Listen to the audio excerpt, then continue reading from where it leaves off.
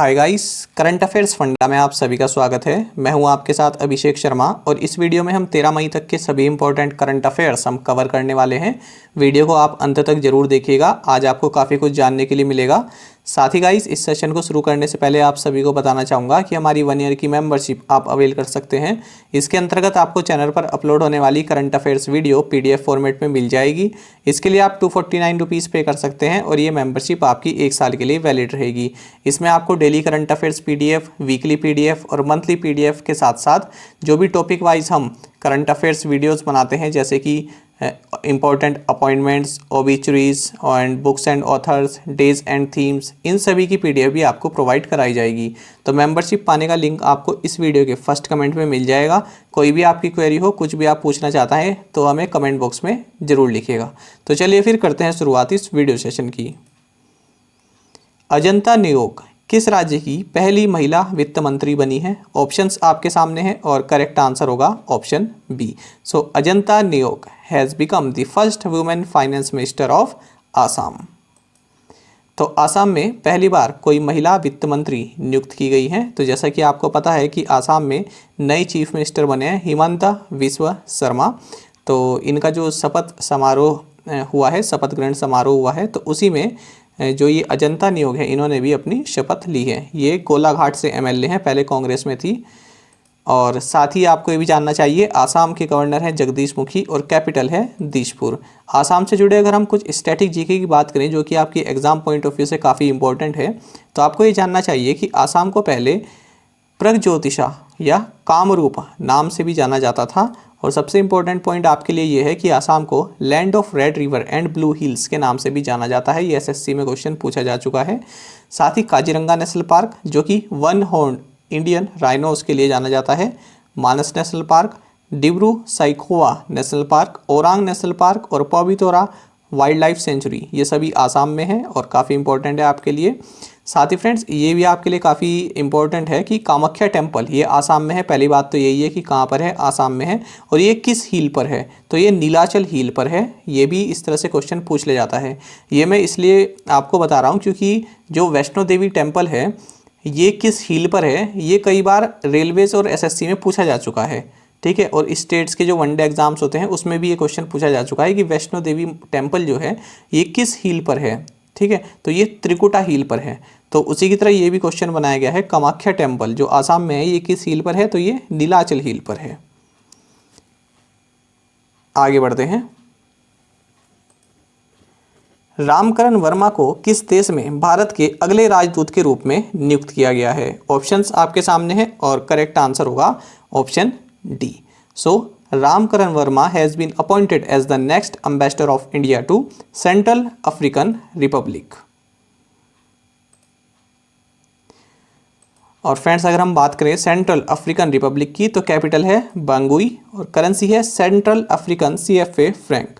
तो देखिए, आप ये अफ्रीका देख रहे होंगे, तो सेंट्रल अफ्रीका में ये है आपका सेंट्रल अफ्रीकन रिपब्लिक। अच्छा, आप देख रहे हैं कि एक लैंडलॉक कंट्री है। लैंडलॉक कंट्री ऐसी कंट्री होती है जो कि हर ओर से किसी न किसी कंट्री से घिरी हुई होती है और कोस्ट लाइन नहीं होती है। जैसे ये जितनी भी कंट्रीज आपको दिख रही है, ये इनकी कोस्ट लाइन है, यानी कोस्ट पर स्थित है ये। ठीक है, ये यानी कि जो ओशन है इससे ये जुड़े हुए हैं। तो आप अगर इसको देखें तो इससे जो है कोई भी वाटर बॉडीज जुड़ी हुई नहीं है, इसका कोई भी रास्ता नहीं है ओशन से। ये चारों तरफ से किसी ना किसी कंट्री से जुड़ी हुई है, इसलिए इसको बोलते हैं लैंड लॉक कंट्री। इस तरह की कंट्रीज़ को लैंड लॉक कंट्रीज़ बोल सकते हैं। और भी आप देख सकते हैं कई सारी कंट्रीज़ हैं यहाँ पर। अच्छा, साथ ही आपको ये भी जानना चाहिए कि वर्ल्ड की लार्जेस्ट लैंड लॉक कंट्री कौन सी है? तो वो है कजाकिस्तान। इसको आप नोट कर लीजिएगा। निम्नलिखित में से किसने मिशन हौसला लॉन्च किया है? ऑप्शंस आपके सामने हैं और करेक्ट आंसर होगा ऑप्शन सी। सो उत्तराखंड पुलिस लॉन्च्ड मिशन हौसला। तो कोविड-19 मरीजों को ऑक्सीजन और bed, ventilators and plasma provide कराया जा सके, इसलिए उत्तराखंड पुलिस ने मिशन हौसला इसको लॉन्च किया है। और जो उत्तराखंड के डायरेक्टर जनरल ऑफ पुलिस हैं ये हैं अशोक कुमार। साथ ही हमने हाल ही में ये पढ़ा था कि दिल्ली पुलिस ने कोवी वैन हेल्पलाइन ये लॉन्च किया है सीनियर सिटीजन्स के लिए। तो दोनों आप याद रखिएगा, दिल्ली पुलिस ने लॉन्च किया है कोवी वैन हेल्पलाइन और उत्तराखंड पुलिस ने लॉन्च किया है मिशन हौसला। आगे बढ़ते हैं। National Asset Reconstruction Company limited यानी NARCL के CEO के रूप में किसे नियुक्त किया गया है? ऑप्शंस आपके सामने हैं और करेक्ट आंसर होगा option D. So Padma Kumar M. Nair has been appointed as the CEO of National Asset Reconstruction Company Limited NARCL। जानते हैं इस पूरी न्यूज़ के बारे में। तो देखिए, जो पद्म कुमार M. नायर हैं ये स्टेट बैंक ऑफ इंडिया में स्ट्रेस्ड असेट्स के चीफ जनरल मैनेजर हैं और इनको जो है NARCL का चीफ एग्जीक्यूटिव ऑफिसर बनाया गया है। आपको बता दें कि जो ये नेशनल एसेट रिकंस्ट्रक्शन कंपनी है इसको आप बेड बैंक भी कह सकते हैं और ये अगले महीने जून 2021 में ऑपरेशनल हो जाएगा। इसकी घोषणा हमारे जो वित्त मंत्री हैं इन्होंने बजट के दौरान की थी। और आपको बता दें कि जो ये नेशनल एसेट रिकंस्ट्रक्शन कंपनी है ये जो भी मान लीजिए जो भी लोन है तो उसकी जो भी उसकी वैल्यू है तो उसका 15% ये कैश में देगा और 85% ये गवर्नमेंट गारंटीड सिक्योरिटी रिसीप्ट के रूप में जो है प्रोवाइड कराएगा। और ये मैंने आपको बता दिया है कि ये SBI में काम कर रहे हैं।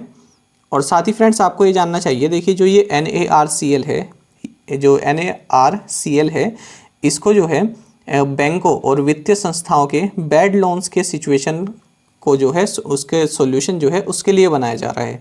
आपको बता दें कि बैड बैंक्स क्या होते हैं। देखिए, जो बैंकों में फंसे हुए कर्ज या संपत्ति को टेक ओवर करना और उनका समाधान करने वाले जो वित्तीय संस्थान होते हैं, ठीक है, उनको बैड बैंक कहा जाता है। ठीक है, तो ये उस तरह के बैंक नहीं होते जैसे कि हम कस्टमर जाते हैं, ठीक है, जिसमें कि हम मनी डिपॉजिट कर सकते हैं या निकाल सकते हैं।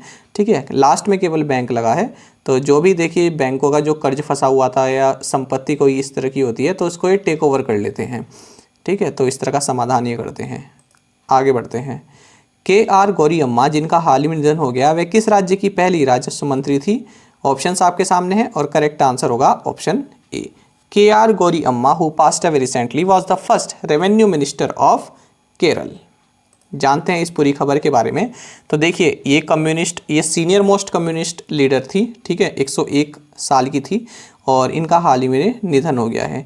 तो केरल में जो फर्स्ट इलेक्टेड गवर्नमेंट थी उसमें ये रेवेन्यू मिनिस्टर थी। नाम याद रखिएगा, KR गौरी अम्मा। पार्टी पूछी जाए तो पार्टी है CPIM। और जैसा कि लिखा है last surviving member of the first Kerala government ये रही है। तो फर्स्ट केरल गवर्नमेंट जो है EMS कैबिनेट यहाँ पर लिखा है 1957 में। जानेंगे इनके बारे में। देखिए, आप ये जान लीजिए कि केरल में जो फर्स्ट चीफ मिनिस्टर थे 1957 से 1959 तक, 1957 से 1959 तक, ठीक है, इनका नाम था इलमकुलम मनक्कल शंकरन नंबूद्रिपाद। ठीक है, तो आपको मैं बता देता हूँ, जब यहाँ पर इनका नाम आ ही गया है तो मेरे फादर जो है एक बार जब इंटरव्यू देने गए थे तो उनसे ये पूछा गया था कि आपने केरल के CM का नाम सुना होगा EMS, क्योंकि EMS नाम से इनको जानते थे। तो इंटरव्यू में पूछ लिया गया था मेरे फादर से कि इनका पूरा नाम बताइए। ठीक है, खैर उनको पता था। तो इस तरह से भी क्वेश्चन पूछ ले जाते हैं कभी कभी, जिनके हम शॉर्ट नाम ही सुनते हैं उनके पूरे नाम भी पूछ ले जाते हैं। जैसे APJ अब्दुल कलाम का नाम कई बार इंटरव्यूज़ में पूछा गया है, ठीक है, कि उनका पूरा नाम क्या था। तो इस तरह से ही पूछ ले जाते हैं, तो आपको इस पर भी ध्यान देना चाहिए। केरल की बात करें तो चीफ मिनिस्टर है पिनराई विजयन और गवर्नर है आरिफ मोहम्मद खान और कैपिटल है तिरुवनंतपुरम। निम्नलिखित में से किसने भारत में कोविड-19 संकट के समाधान में मदद के लिए $15 मिलियन का डोनेशन दिया है? ऑप्शंस आपके सामने हैं और करेक्ट आंसर होगा option B. So Twitter has donated $15 million to help address the कोविड-19 क्राइसिस इन इंडिया। और ट्विटर ने ये किसके थ्रू दिया है? जो 3 नॉन गवर्नमेंटल ऑर्गेनाइजेशन है, एक तो केयर, दूसरा है एड इंडिया, तीसरा है सेवा इंटरनेशनल USA, इनको ये डोनेशन दी जाएगी। ट्विटर की बात करें तो इसके को फाउंडर और प्रेजेंट CEO हैं जैक डोर्से, हेडक्वार्टर्स है यूनाइटेड स्टेट्स में। New York city international film festival में सर्वश्रेष्ठ अभिनेता का पुरस्कार किसने जीता है? तो इसका सही आंसर होगा option C. So Anupam Kher won the best actor award at the New York city international film festival. और किस मूवी के लिए मिला है? ये एक शॉर्ट फिल्म है हैप्पी बर्थडे, तो इसके लिए इन्हें ये अवार्ड मिला है बेस्ट एक्टर का। और जो ये मूवी है, शॉर्ट फिल्म है जो ये हैप्पी बर्थडे, इसको डायरेक्ट किया है प्रसाद कदम ने। 2022 में कौन सा space startup Doji one mission to the moon launch करेगा? ऑप्शंस आपके सामने हैं और करेक्ट आंसर होगा option A. So SpaceX will launch the Doji-1 mission to the moon in 2021। जानते हैं इसके बारे में। देखिए तो SpaceX जो है ये Doji-1 नामक एक उपग्रह लॉन्च करेगा। कुछ लोग इसको अलग अलग नाम से बोलते हैं, कोई डोगी बोलता है, कोई डोज बोलता है, कोई डोजी बोलता है, ठीक है। तो SpaceX का फाल्कन 9 रॉकेट है, इससे इसको ये लॉन्च करेगा और इसकी जो पेमेंट है उसको ये डॉजी कॉइन, ये एक डिजिटल करेंसी है, इसके थ्रू इसको एक्सेप्ट करेगा, ठीक है। तो इसमें पेमेंट एक्सेप्ट करेगा। आपको बता दें ये 4th लार्जेस्ट डिजिटल करेंसी है और IBM के इंजीनियर्स द्वारा बनाई गई है और इस मिशन को ये 2022 में लॉन्च करने वाला है। तो SpaceX की बात करें तो SpaceX के जो CEO हैं ये हैं एलन मस्क। और क्या क्या हैं ये देखिए, SpaceX के CEO हैं, टेस्ला के CEO हैं, द बोरिंग कंपनी और X.com के फाउंडर हैं, साथ ही न्यूरालिंक, ओपन AI, Zip2 इसके को फाउंडर हैं और सोलर सिटी के भी चेयरमैन हैं। तो ये सभी जो है इन्हीं के द्वारा जो है स्थापित किए गए हैं। साथ ही फ्रेंड्स देखिए SpaceX हाल ही में इसलिए भी न्यूज़ में था, काफ़ी इंपॉर्टेंट है ये भी। देखिए नासा और SpaceX ने मिलकर इंटरनेशनल स्पेस स्टेशन पर जो है 4 एस्ट्रोनॉट्स लॉन्च किए थे हाल ही में, ठीक है। किस मिशन के अंतर्गत? कमर्शियल क्रू प्रोग्राम के अंतर्गत। और इस मिशन को कहा गया है क्रू 2। तो याद रखिएगा क्रू 2। नासा ने किसके साथ मिलकर? SpaceX के साथ मिलकर इसको लॉन्च किया है। और इसमें जो है 4 एस्ट्रोनॉट्स जो हैं सेंड किए गए हैं। 2 तो नासा के हैं, एक जापान के हैं और एक यूरोपियन स्पेस एजेंसी के हैं। और अब ये जो नासा के एस्ट्रोनॉट्स हैं जो कि क्रू 2 मिशन के तहत भेजे गए हैं, ये जो पहले से एक्सपीडिशन 65 के जो मेंबर्स हैं, ठीक है, उसमें भी नासा के एस्ट्रोनॉट्स हैं। तो उनके साथ मिलकर ये यहाँ पर लो अर्थ ऑर्बिट में एक्सपेरिमेंट्स करेंगे। वी चंद्रशेखर जिनका हाल ही में निधन हो गया, किस खेल से जुड़े हुए थे? सही आंसर होगा ऑप्शन डी। तो V Chandrasekhar who passed away recently was associated with table tennis और इनका जो है कोविड-19 के कारण निधन हो गया है। अर्जुन अवार्ड भी इन्होंने जीता हुआ था, ये याद रखिएगा। विश्व खाद्य पुरस्कार 2021 किसने जीता है? तो इसका सही आंसर होगा option D. So Shakuntala Haraksingh Thilsted won world food prize 2021। तो इंडियन ओरिजिन महिला हैं ये, इन्होंने जीता है। किसके द्वारा दिया जाता है ये पुरस्कार? वर्ल्ड फूड प्राइज फाउंडेशन के द्वारा ये दिया जाता है। तो ये जो है ग्लोबल न्यूट्रिशन एक्सपर्ट हैं और इन्हें 2021 का वर्ल्ड फूड प्राइज दिया गया है। Renewable energy market update report किस एजेंसी द्वारा जारी की गई है? ऑप्शंस आपके सामने हैं और करेक्ट आंसर होगा option B. So renewable energy market update 2021 report has been released by IEA यानी इंटरनेशनल एनर्जी एजेंसी। जानते हैं इसके बारे में। तो इंटरनेशनल एनर्जी एजेंसी ने renewable energy market update 2021 report को जारी किया है और इसमें इसने कहा है कि 2019 के बाद से भारत में जो है रिन्यूएबल एनर्जी की कैपेसिटी एडिशन यानी रिन्यूएबल एनर्जी का उत्पादन, ठीक है, ये 50% तक कम हुआ है कोविड-19 के कारण। जबकि इसने कहा है कि ग्लोबली अगर हम देखें तो ये एडिशन 45% तक बढ़ा है, ठीक है, 55% बढ़ा है। रिन्यूएबल कैपेसिटी एडिशन 55% बढ़ा है अगर हम ग्लोबली बात करें। इंडिया में तो इन्होंने कहा है कि डिक्लाइन हुआ है 50% से, लेकिन ग्लोबली अगर हम ओवरऑल देखें तो 45% बढ़ा है 2020 में और 280 गीगावाट हो गया है। इस तरह की रिपोर्ट्स फ्रेंड्स काफ़ी इंपॉर्टेंट होती हैं। इस तरह के डेटा को आप स्किप मत किया कीजिए। और अगर हम IEA की बात करें तो इसका हेडक्वार्टर्स पेरिस, फ्रांस में है। स्टारकॉम की मुख्य परिचालन अधिकारी के रूप में किसे नियुक्त किया गया है? ऑप्शंस आपके सामने हैं और करेक्ट आंसर होगा option B. So Neeti Kumar has been appointed as the chief operating officer COO of Starcom. और आपको बता दें कि स्टारकॉम इंडिया के CEO हैं राठी गंगप्पा। और फ्रेंड्स जो ये स्टारकॉम है ये एक इंटरनेशनल मीडिया नेटवर्क है जिसका हेडक्वार्टर्स शिकागो यूनाइटेड स्टेट्स में है। अब देख लेते हैं प्रीवियस असाइनमेंट क्वेश्चंस के answer.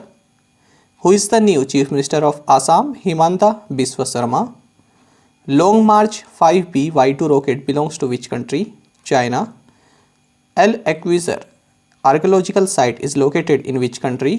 Iraq. State Duma is the lower house of which country's parliament? Russia. Al Aqsa Mosque the third holiest site in Islam is located in which city? Jerusalem. और आप में से कई aspirants ने पांचों questions के answer काफ़ी अच्छे से दिए हैं। अब देख लेते हैं फ्रेंड्स आज के assignment questions. Lod and Tel Aviv cities are in which country? ये न्यूज़ में है। Mount Sinabung is located in which country? ये भी फ्रेंड्स न्यूज़ में है। N Rangaswamy is the chief minister of which state and UT? Synagogue is the place of worship of which religion? Who has been elected as the leader of opposition in the West Bengal Assembly? तो इन पांचों questions के answer आप हमें comment box में जरूर से बताइएगा। अगर आपको एक क्वेश्चन का आंसर भी आता है तो वो भी आप हमें कमेंट बॉक्स में जरूर बताइएगा। और साथ में आप सभी करंट अफेयर्स फंडा को टेलीग्राम पर भी ज्वाइन कर सकते हैं। यहाँ पर रेगुलर वीडियो अपडेट्स और करंट क्विजेस हम आप सभी के लिए डालते हैं। साथ ही डिस्कशन ग्रुप में आप किसी भी क्वेश्चन का सोल्यूशन पा सकते हैं। Okay, thank you guys.